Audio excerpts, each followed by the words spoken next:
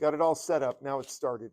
So for Monday, so here's the deal. I've got it all set up, and the main thing to note is that I've actually got the output. And I thought I'd help you out, and I didn't hide all of my code this time because I thought that it would be helpful just to see what I did just to set it up. Also, if you can't do derivatives, I did them for you.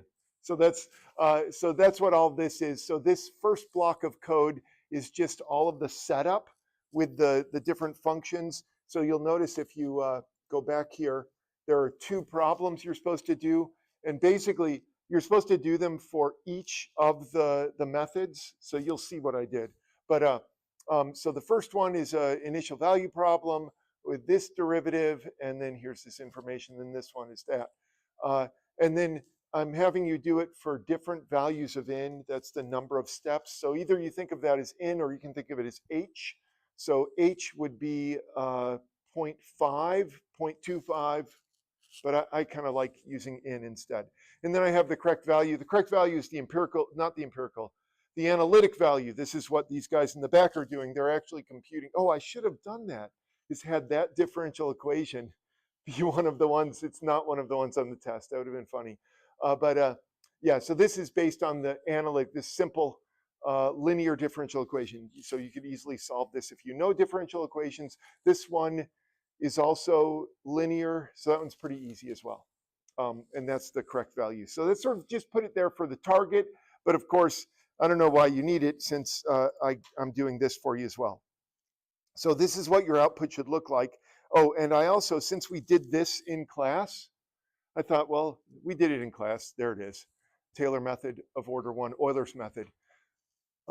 So that way you have that to build everything else off of. There's not much work to do, to be honest. Once you have Taylor method of order 1, you only have to change, where is it? This thing.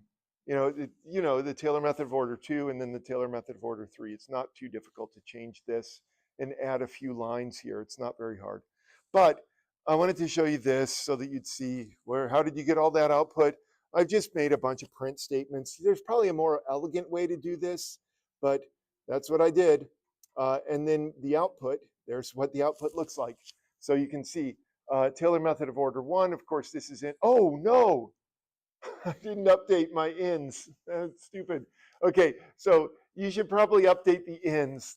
I will do that later. I guess I got lazy. There was so much copying and pasting.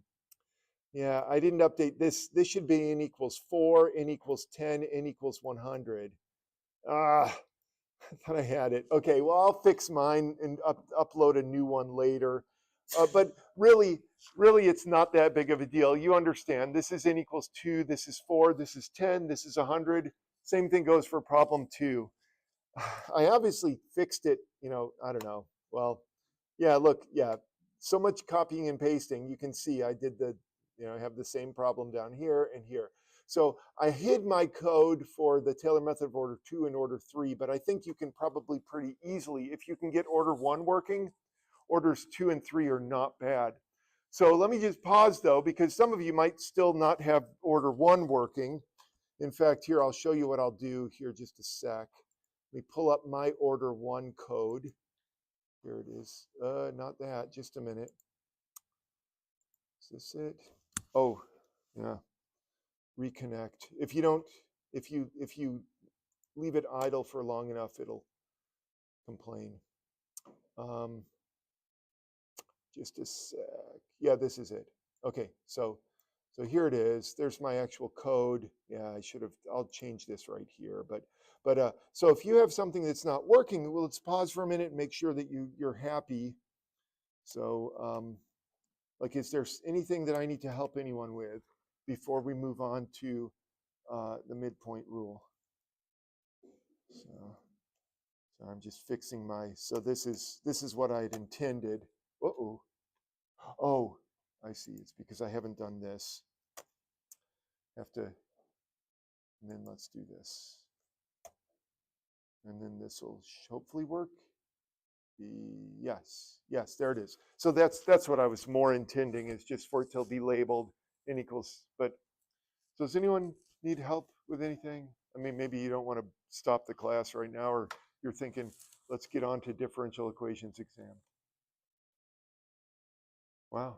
All right. Well, if there is anything, it's due Monday, so it's got the weekend. And yeah, like I said, I mean, if you really want to be lazy, you could just copy. If you didn't do the work on Wednesday, you could just take my my what is it called over here, the PDF. Yeah, basically you could just take this. Can I just copy and paste? Let's see, you might be able to just copy and paste all of this stuff. There we go. Copy. I'm curious to see if this will work. Let's go down and add some code. Oops, wrong screen. Add. Can I just paste? Oh, I guess it copied everything. Oh, and it didn't put my indentations. Sad. Well, you could fix that though. So yeah, if you're extra lazy, you could just, which honestly, if I were sitting in your seat, I probably would be. You know, I was 19 or 20 once, I remember. But anyway, you can fix all that. Not too bad. Copy and paste from that. All right, if no one has any complaints, we're going to move on. The next method. All right, yeah. So just a brief. This will be an introduction to the next set of methods. And there's going to be, well, we need to have another exam at some point. Yeah, I keep talking about this and never actually scheduling it. So we'll talk on Monday. I'll try to figure it out and let you know on Monday when it'll be, because it should be before Easter for sure. Okay, so what we're doing is we're going to solve differential equations, and we're going to be using what are called the Runge-Kutta methods. So these are methods that are similar to the Taylor methods, and I just want to introduce the most basic of these. And every one of these follows the same pattern. What I'd like to do, though, is I want to show you the sort of where these come from. And as a mathematician, you know the deal. Is as a mathematician, I feel like I need to at least show where they come from mathematically, but then we'll pretty quickly get to the actual method itself. And so there's two ways to think of these. Either you can think of them as being extensions of the Taylor series methods, or you can just think of them sort of conceptually. I'll show you the conceptual method, how to think of them, that is a little bit easier than thinking of these as extensions of Taylor series. So the reason why I say that doing it conceptually is a little bit easier is because this is the Taylor series for functions of two variables. When you have a function of two variables, the Taylor series is a little bit more complicated. We kind of glossed over this when we were talking about the Taylor series methods because we were thinking of it as a function of one variable. But in fact, you have two variables. You have this, so here's the deal, I guess. The reason why I'm bringing this up is because this is what we're trying to solve numerically.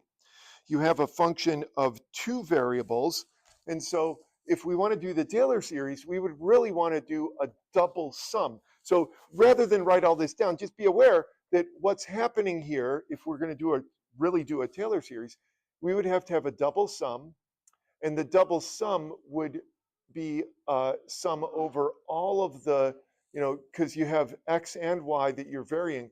It's like you have a Taylor series embedded within a Taylor series, or a Taylor polynomial embedded within another Taylor polynomial, because you have two variables, x and y, in that function of two variables. So all that is to say that you can take that and actually simplify. Let's see, where is it? We'll skip that because that's going to be too complicated. Here we go. So here's what we could do. We're going to start, well, basically take this Taylor series, two variables, and chop it down and just look at what happens if we stop when n equals 1. So very similar to doing a Taylor polynomial with a single variable, two variable Taylor polynomials, sort of a similar deal. So here's what happens when you chop things off. Notice that we're going to stop at n equals 1, and then this alpha and this beta, all that refers to is, you've got, so conceptually, so now we get to where things are a little bit more understandable. Whoops. Hold on a minute. My screen shut off. Okay, so you have this situation. Here's the initial condition. And we want to know what's going to happen over here somewhere. So this is x0. Over here, we want to know what's happening to the function over there. And so Euler's method said, let's just do the slope. And then we'll follow that slope some distance. And then we'll take another slope, follow that slope some distance. But that slope was only based on this position right here. When we think of the Taylor methods in terms of a Taylor series of two variables, then what we can do is we can take into account both of those variables. And so what that is, the alpha and the beta, what that's referring to is we're stepping. So here, instead of thinking of h, we have alpha, that's the distance in the x direction, beta is the distance in the y direction. So I know it looks super complicated, but I'm going to simplify it really quickly. So you're not going to have to worry about that. But that comes directly from this, is what I'm saying. Have a Taylor series of two variables, and then we're going to simplify it pretty quickly, and then I'll show you the easy way to think of this. So in terms of letting n equals 1, you only have n equals 0 and n equals 1 to worry about. So at n equals 0, here's what's going on. That's super easy. That's just, let's see, this is the, what is that? That's just the function. The function, so the f of t and y. And everything else here is 1, because 0 choose anything is 1. Alpha to the 0 is 1. Everything, yeah, 0 factorial is 1. So that's actually pretty easy. It's the second one that's harder to figure out, that when n equals 1 right here, but this isn't too bad either. You have two things that we're adding together here. And so I sorted it out for you, and here's what I got. And that is that you start off with f of ty, so that's this thing. And then this is just the derivative in the t direction times whatever alpha is. That's how far are you going in the t direction. And then the derivative in the y direction times how far you're going up or down in the y direction. So that's all that is. This may seem somewhat reminiscent of doing linearizations of functions of two variables, because that's basically what this is. It's just a linearization of a function of two variables. Now, the interesting thing about this is that the alpha and the beta, that's the thing that we have some control over. And so here's what we're going to do is, let's see, the midpoint method. Yeah, so the midpoint method is what happens. Oh, no, wait, I'm sorry. Yeah, we're not to the midpoint method yet. So Euler's method, Taylor series order 1, is when you take alpha equals 1 and beta equals 0. Wait, is that right? Sorry. No, alpha is equal to h. That's it. Alpha is equal to h, and beta is equal to 0. That's it. So that's what Taylor order 1 is. So Taylor method of order 2, it gets a little bit uglier. I won't go through all of this, but I want to just point out that this is something that you could compute, and we get down here to this step, and that's what we're going to use to make the midpoint method. So that's the one we want to work with. That thing, I know I just skipped over that whole slide. You can always watch the video and pause if you really want to. But here, this is actually an order 2 method. And so this is kind of cool. What we're going to do is we're going to use these numbers. A1 is 1. That's kind of like your starting point. Alpha is h over 2. That's the step size. And then beta looks a little bit weird, but trust me on this. This is going to work nicely. You'll see how this works. So here's the way to think of this when you put this all together. This is called the midpoint method, and the reason is, there it is, all together. So that's the important one right there. So thanks for at least letting me put those up on the screen. It makes me feel like more of a mathematician. But here, conceptually, what's happening here is this. So let's compare these. Just a sec. Let's do this. I need to draw this. Sorry. Let's go back and make this a drawing. Okay, so this is, oops. First, we'll draw Euler method. Euler's method says you have a starting point, And here we go. Give me a sec. Well, I'll wait. And you have a direction. Okay, so this is x0 and f y0. y0.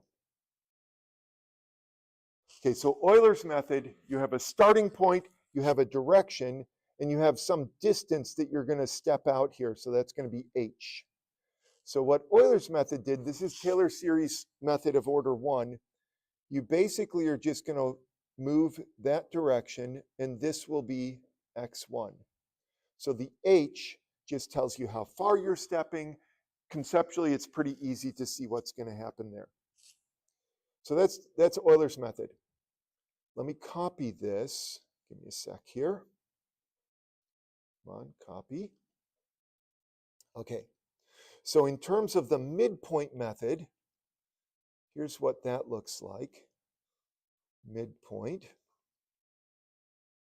So instead of doing what we just did, what the midpoint method says is you've got a point, you have a direction. So check this out. Here's what midpoint method says. It says, take a half a step, like a midpoint.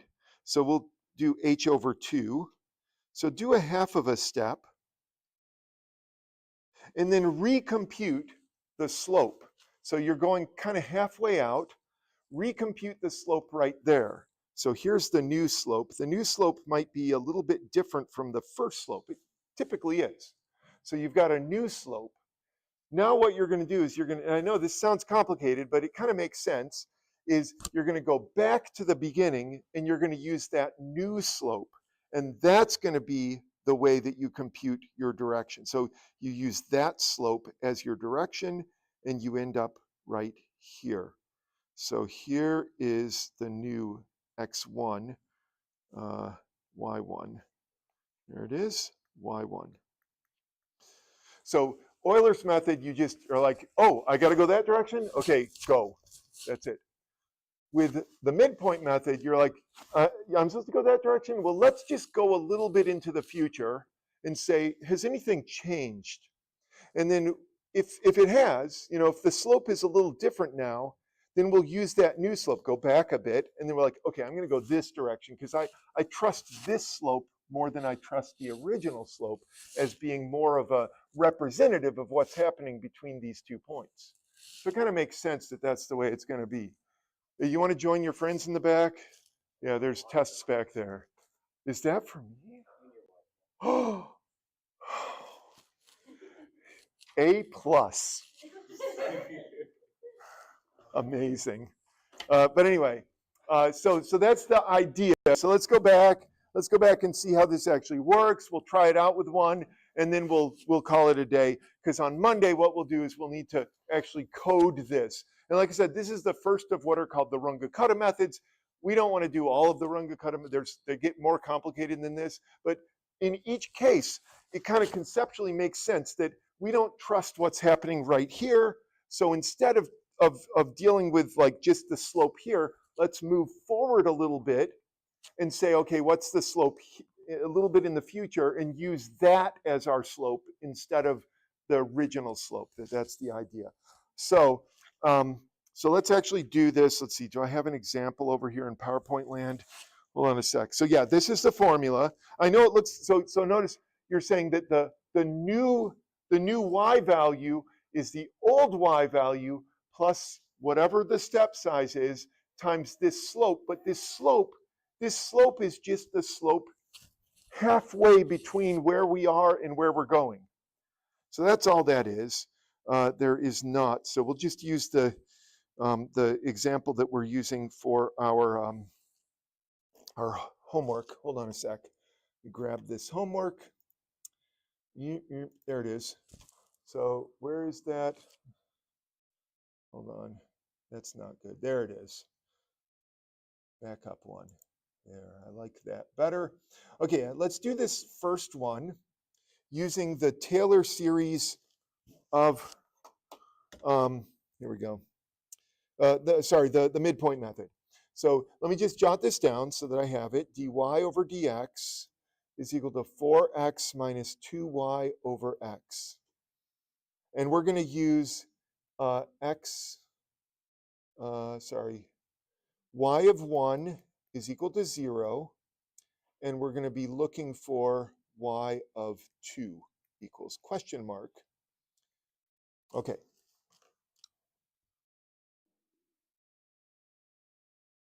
Sorry.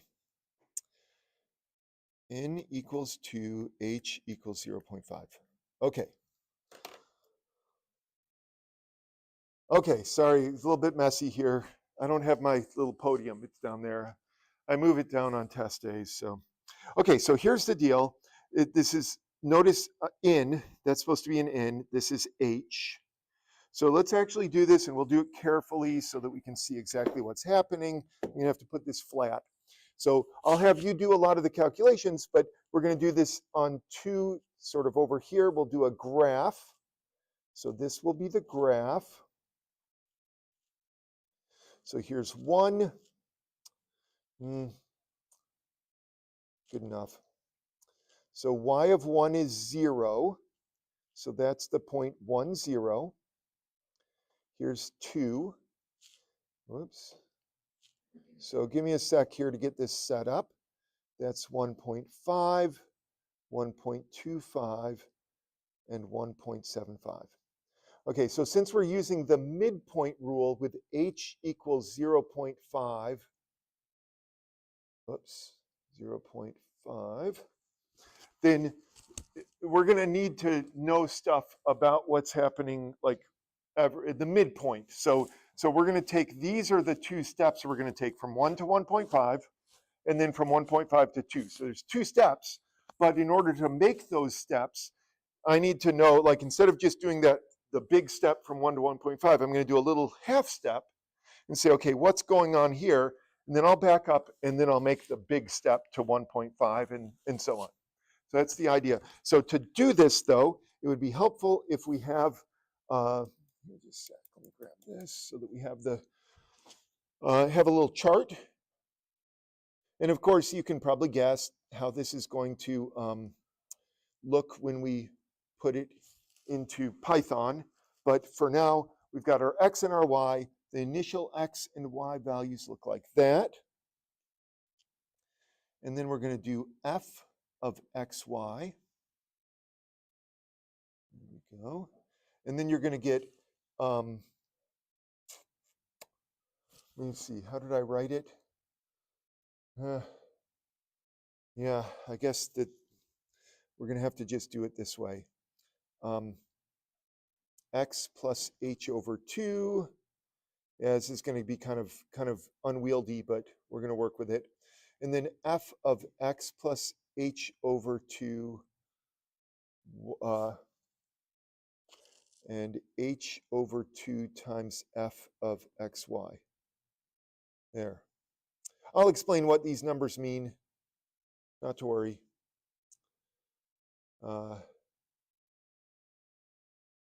Yeah, I think that's the best I can do. Okay, so let's go ahead and do this with this particular problem. X is 1, y is 0. So the function value, let me do this first step for you. So I'll do the first step, and then you can do the second step. So the second step, we're going to have 1.5 for x, and we're about to compute the y value for that 1.5.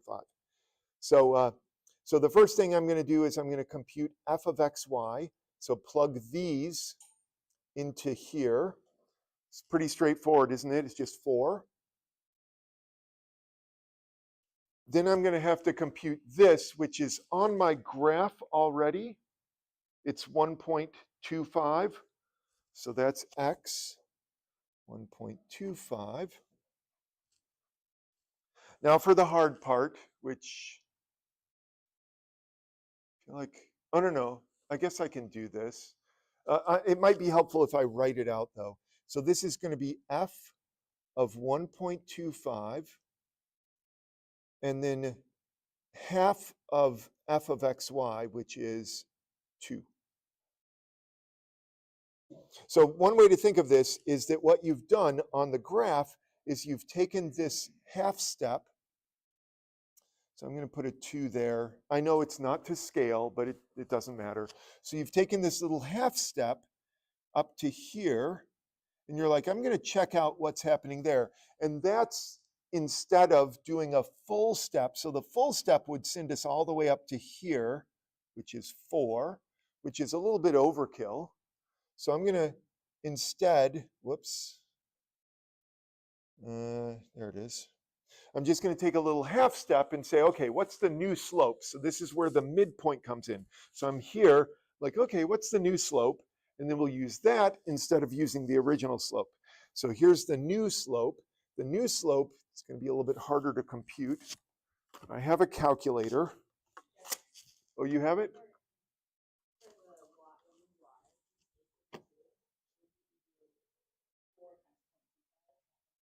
Oh, yes, 4.2. Thank you. Wait, 4 times 0.25. Yes, you're right. You're right. Thank you. That would save me. So this should be just 1. Oh, then I can just relabel these. This will be 1 and 2. Thank you. Yes, yes. So yeah, I think I tried to cram too much in here. Yeah, you're right. In Python, we'll get it straight. But here, it's hard to keep it all straight. Any other, yeah, if I make mistakes, it's good to get it out of the way. Okay, so now let's do 4 times this, which is 5, minus 2 times this over this. So let's see, 5 minus 2 over 1.25. Oh, interesting. The slope is actually bigger. Huh. Yeah, let me jot this down. So 5. No, this is not working. Good thing no one used that for their exam. Just a sec. Here we go. 5 minus 2 times y divided by x. So I could write this down if you want. Oh, wait, it's actually less. Wow, 2 divided by 1.25? Huh. So, what? Yeah.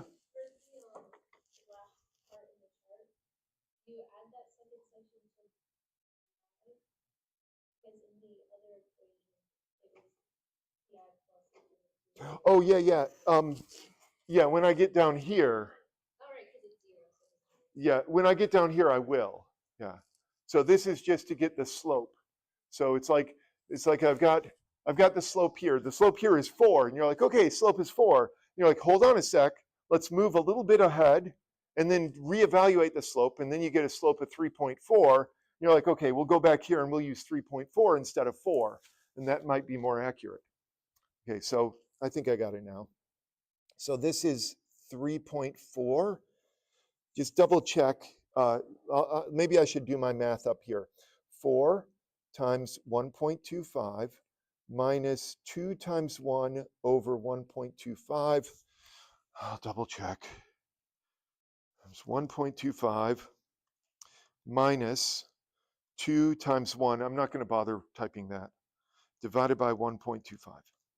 Okay, I got 3.4. Okay, good. Okay, so that's the slope here. So the slope here is slope there is slightly less steep than the slope at the beginning. So then you're like, okay, well, we'll go back and we'll use that slope. And now we take our full step to get our new value. That's probably should be a little bit higher than that, but well, here, I can probably twist. No, I'm not going to bother. So now to get my new y value, remember that we're going to do y. So here, y1 is going to equal y0 plus h times the function value right there. X plus 1/2 h over 2, or sorry, h over 2 times f of xy. Oh, yeah, you're right. This should be y plus. Is that what you were complaining about, Grayson? Yes, I left off I was so excited about the h over 2. Yeah, there should be a y plus. Yeah, is that in the, oh, it would be on here, wouldn't it? There are too many devices. Yes, it is right there, and I just left it off. Yeah, I was too excited about it. So very good. But yeah, it ends up being 0 in this case. But the next step, we're going to need that y there. Yeah, so this is, yeah, it's extra complicated. But let's see if we can do this. So now that we've got y0, yeah, this should be y plus. There we go. That's better. So we go halfway, reevaluate slope, and then we shoot to the next step. Okay, so y0 is 0 plus h, which is 0.5 times 3.4. That makes 1.7. Is that right? Am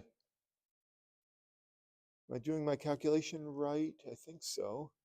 Because what I have here is I'll have 0 plus 0.5 is my step size times the, yeah, it's so much easier on Python, isn't it? 3.4. So then you have so much less bookkeeping to do. I think that's it. Yeah, 0.5 times 3.4 is 1.7. Okay, so this new, yeah, it should be higher. I'm going to erase this so that it can look better. So it'll be more like this. There. But it's below where it would have been, right? It would have been up here at 2. So this is presumably more accurate. In fact, it is. Last time we kind of did a little bit of hand waving and said that the order of these things is the order of h, I think it was, for Euler's method. In other words, you only gain accuracy on the order of h. So you shrink h by a factor of 10, and you shrink your error by a factor of 10. I believe this one is on the order of h cubed. I have to double check that though. Maybe it's h squared. Maybe each step is h cubed, but then when you multiply through, you add them up, you get h squared. But nonetheless, it's much more accurate. So let's do the next step. So you're going to have to compute. I know it's kind of a pain, but you're going to want to compute these things. So F, I'll highlight. This one, I will do this one for you. This will be 1.75. And then you'll need to compute this one over here.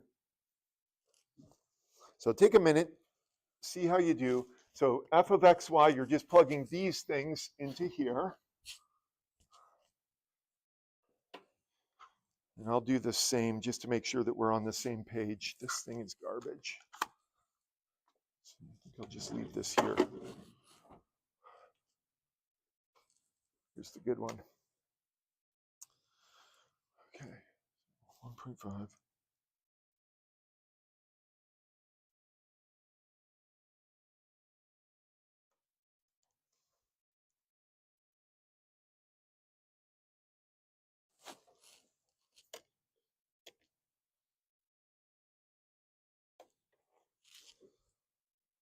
Oops.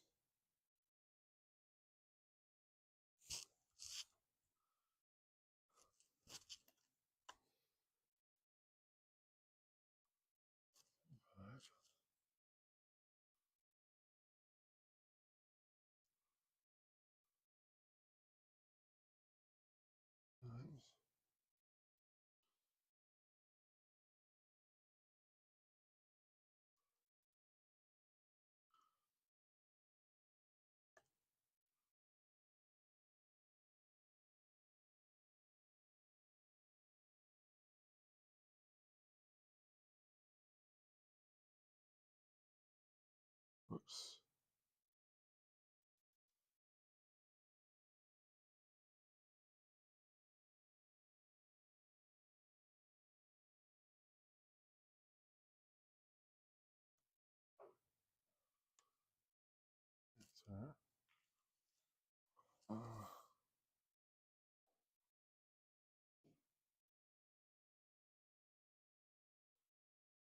Times.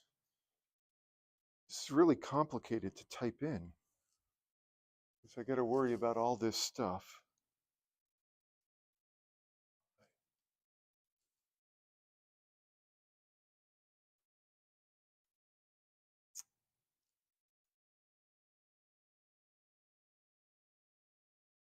All right, I'm really curious to see if I got it right. I hope someone here actually punched this into something. I guess we're going to find out. Okay, so my first one, I got 5.216. Whoops, and I can, yeah, if this is off, I can redo. Did anyone get that? 5.216? No? Oh, weird. 3 point, let me see. How did I do that wrong? Just a minute. So then my second one is definitely wrong. Let's see. So I did, oh, I divided when I was supposed to multiply. Crud. Hold on a minute. This is easy to fix. So it's 1.5 times 4. 4 times 1.5 minus 2 times 1.7. Hold on a second. Divided by 1.5. 3.73, you said? Whew. Okay, now I got it right. Let me fix this. How about this? 3.733. Okay. This should be an easy fix. So does that give me 3.489 for the next one?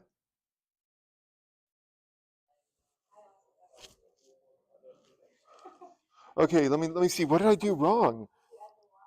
Yeah. Hold on a minute. Let me check. So this would be, the problem is it's so much going on here. I've got 4, so it would be 4 times 1.75 now, because this is going to be 1.75 plus, oh, I put my y in the parentheses. I see what I did wrong. Let me try again. Incredible. Let's see. So I put it in the parentheses. It shouldn't be in the parentheses. Let's delete. Man, yeah. Okay, so let's double check. So this will be 0.25 over 2 times that. So this is 0.25 times the previous number plus the y. Oh, it should be in the parentheses. The y is 1.7. Man, I need Python apparently. Hold on a sec. Let's see. And then divide by, I see what I did wrong. Let's try this. 3.99. Okay, phew. Incredible that it took so much effort. Okay, so I'm going to go with 3.99. Okay, finally, we're almost ready. So that's the steepness, how steep we're going to be. So we're going to start with this. We're going to go with that slope for from here to here. So it's a new slope, and then we're going to end up right here. So where do we end up with? It's going to be 1.7 plus 3.99 times 0.5. So answer. So is it 3.695? Okay, phew. Wow, 695. Yeah, I'm going to be so thankful when we get to the Python, because then like I don't have to mess with a calculator. I can just let it do it on the computer. Okay, well, you get the picture though of what's happening is that you take a little half step, reevaluate. So this is all though related to doing the Taylor series, but I guess it kind of makes sense conceptually that we just take a step. When we look at other methods, it's going to be sort of similar, where we take a full step and then maybe average the two slopes together. That's another thing that we could do using, these are all Runge-Kutta methods, where you kind of take a step and then reevaluate whether your slope is correct. But for now, this is what we're going to focus on, and maybe one other of the Runge-Kutta methods. So is it time to switch gears here? I think it is. So let's pause there until Monday. And you know, for Monday, the homework is just to do the differential equations, whatever it is that we have, the Taylor methods. So stick around if you want to chat, if you have personal issues. Otherwise, we'll get this done and let people